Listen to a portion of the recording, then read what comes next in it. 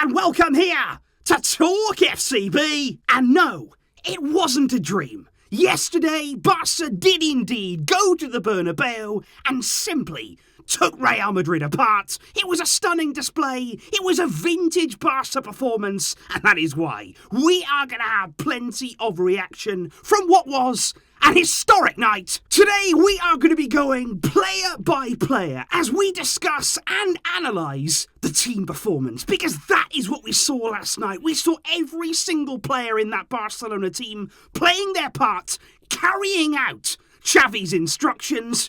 And I just believe that every single one of them deserved their praise, deserved their credit, because what a performance it was. And what a team we are seeing. Because if we do start with Marc-Andre Ter Stegen in goal for Barca on Sunday evening, because obviously he wasn't called into action anywhere near as often as Thibaut Courtois was, such was our dominance in El Clasico, but you have to say he was the first goalkeeper to be forced into a save. I thought he got down really well there, nice and early on in the game, to deny Fede Valverde down to his left-hand side. And then I also think as well, the big moment of the game for Real Madrid was when Vinicius was through on goal. That could have been very much so a game-changing moment, and I think Ter Stegen did very well, because we've spoken about him plenty of times this season needing to come off his line and actually there be a bit more dominant in his own area. And I thought he came out, he rushed out there towards Vinicius, he closed down the angles, he didn't commit himself, he didn't make it an easy finish there, and of course in the end the pressure there from the goalkeeper, maybe the pressure of the moment too, caused Vinicius Jr. to simply trip over the ball. Then, of course, we have to talk about Jordi Alba, who, as always, was such a constant threat down the left-hand side. I think he's really enjoying playing with Ferran Torres on that side, because Ferran, of course, can make those inside runs, and Alba can exploit all of that space they're generated on the left-hand side. And I think on another day, he could have easily left this game with 1-2 assists to his name, and I think he's really stepped up his game, and I think we have to keep giving Jordi Alba credit here for turning around his situation. He was heading into a bad time, he was in bad form, but he has really come out the other side and pushed himself and raised that level, and for that, he deserves huge credit. And I think another one who you could say exactly the same for is Gerard Pique, because once again it was yet another really solid performance from him at centre-back. He again has raised his game since Xavi arrived as coach. He played a really key part as well in the fourth goal. His distribution is always top notch, and it was a long ball there that he saw the run of Ferran Torres to pick him out. And I just love the way that even in the final moments of the game, even with just seconds to go, he was still waving at Memphis with the corner there coming in from the right-hand side. He wanted the ball delivered into the box. He wanted to be the one to get that fifth goal. He would have loved that. But sadly for Pique and Barca, it didn't quite come, but still very, very good work from this man last night. And then his partner, you've got to give credit as well to Eric Garcia. Obviously there's been question marks over him this season. At times he hasn't been in the team, but I think he's enjoying here a really good run. Xavi has put a lot of faith in him, a lot of trust in him, especially in a game like this.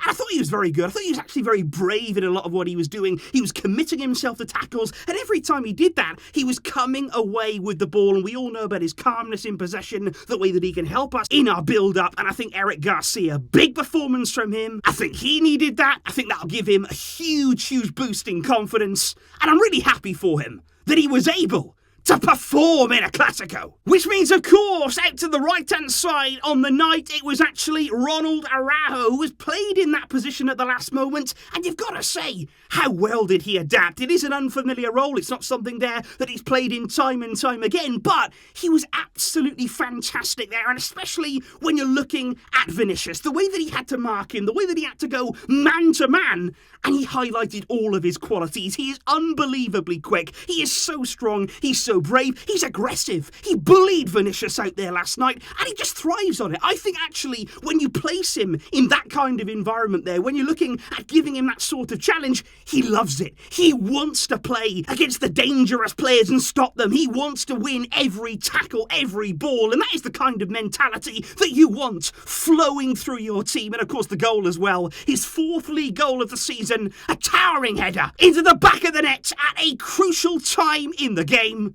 Another big performance from Arago. But of course, as we move into midfield. This was an area in El Clasico that Barca simply dominated. And I think the man who was the beating heart of that, and again, you have to give credit where it's due, Sergio Busquets for me was sensational. Because we all know that, again, he's come under plenty of criticism this season. I don't think he's found it easy in previous systems under previous coaches at Barcelona. But who knew that Xavi coming in, somebody who knows him so well, who knows where Busquets can thrive, the qualities that he has, and Xavi has found a place for him. He's surrounded him with players. He's put him in the right system. And now Busquets is firing. And it's not just been this game. He has been very, very good over these past few weeks. And I think yesterday, every single good thing that Barcelona did, you didn't have to look far to find Busquets at the heart of it. You didn't have to look too deep into a move to find a pass, to find a ball recovery, to find there some pressing from Busquets. Whether it was individual duels or simply being in the right place at the right time all of the time. And he was the man yesterday out of every player who covered the most ground. But alongside him, also you have to hold your hands up and say what a performance it was from Frenkie de Jong, because it's another one that you could say he's had his critics too this season. He's come under the spotlight. People are questioning whether he can play in the biggest of games. Can he impose himself? Can he show the quality that he clearly has? Well, that was a performance last night to say, you know what? Yes, I can. He dominated Real Madrid's midfield. He ran all over them. He was everywhere. Whether it was drifting out to the right-hand side, whether it was making forward runs, dropping in, he was absolutely everywhere. And that was vintage de Jong. That is the de Jong that you want to see. He's done it before at the Bernabeu. We saw him run all over Real Madrid for Ajax. He did it in a Barca shirt. He did it last night, and he was very, very impressive. As was Pedro.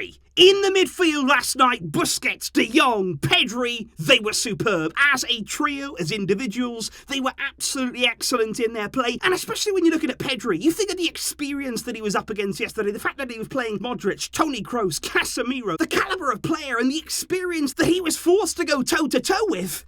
But he came out on top. This is a young man who doesn't feel pressure. He doesn't feel the occasion. All he knows is what he can do with that ball. And I think that little dink over the top, that little chip pass into Ferran Torres, it was like he used a wand to execute that move. And that just epitomised everything that Pedro is about. Poise, finesse, almost art on the ball at times. And he was absolutely phenomenal in midfield. And then there's our attack. Then there are the players who, along with the strong defence, along with the aggressive play from Barca, the controlling midfield, the dominance that we had, we needed players there who were able to create and get on the end of things. And Dembele on the right-hand side, for me, fantastic, especially in that first half. He was absolutely destroying Nacho at right back. He got 2 assists to his name, phenomenal in those wider areas, ball into the box to Aubameyang, ball into the box to Ronald Araujo, fantastic from him. And I think when you're targeting one particular area, when you want a player there to actually go 1 versus 1 against somebody, there are very, very few players in the world that you would want other than Ousmane Dembele. And yesterday again, credit where it is due for his performance. And I think Ferran Torres, we spoke about the contrast between the two players in the past. You've got Dembele, all of that pace, sticking very, very wide and doing exactly what Xavi would want of him. And then you've got Ferran, who is also carrying out instructions. He will make runs time and time and time again,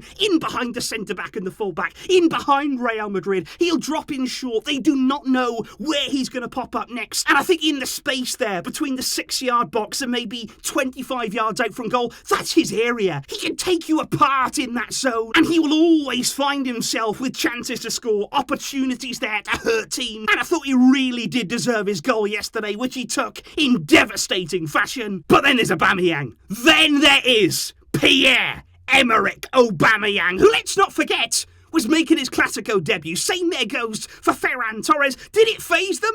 No, it didn't. They thrived on the occasion. For Aubameyang, 2 goals and an assist in his first ever Clasico. And honestly, he deserved a hat-trick. It could have been 3 goals. It could have easily been 4 goals on the night. Such was the positions that he continually got himself into. And I think what we've seen, not just about in this game, but right the way through his Barca career so far, is a man there who's determined. He is absolutely determined to prove his point. People wrote him off at Arsenal. Can you believe that? People cast him aside and thought, you know what? This guy's done. He's had it. You know, he's not going to perform at the top level anymore. Aubameyang has strode into Barcelona. He said, I'm still here. I'm going to arrive in the biggest game in club football, and I'm going to tear it apart. And I am absolutely loving watching it play out right now for Aubameyang. And of course, we had subs come on. We had Memphis Depay. We had Xavi, Adama Traore. Dani Alves got a few minutes under his belt as well. What a nice moment that would have been for him. Nico Gonzalez came on, and all of the subs played their part. But of course, by that stage, the game was winding down. Barca's business had already been done. We had already taken apart Real Madrid bit by bit. But what about the man? What about the leader who actually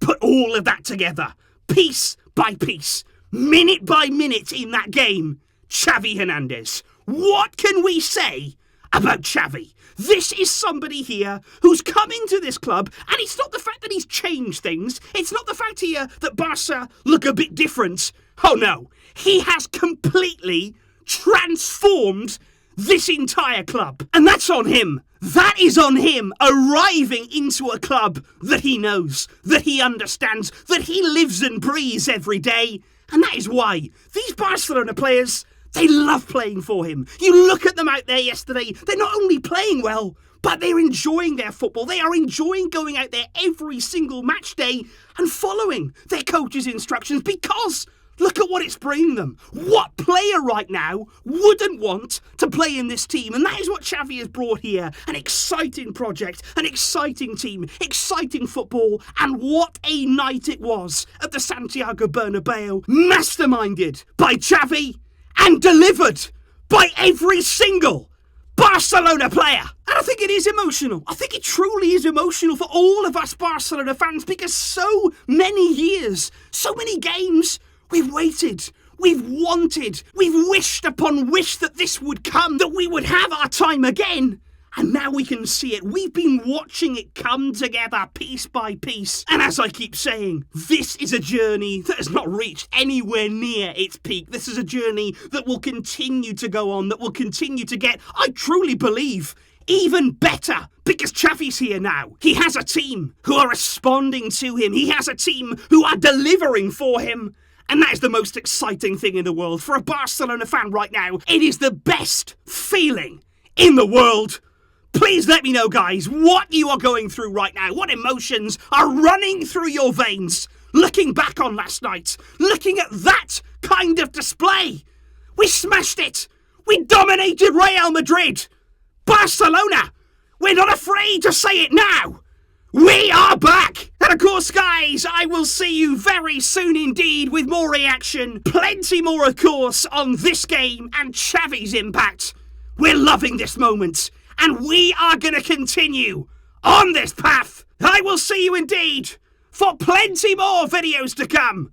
Thank you for your unrelenting support. But until next time, as always, Visca!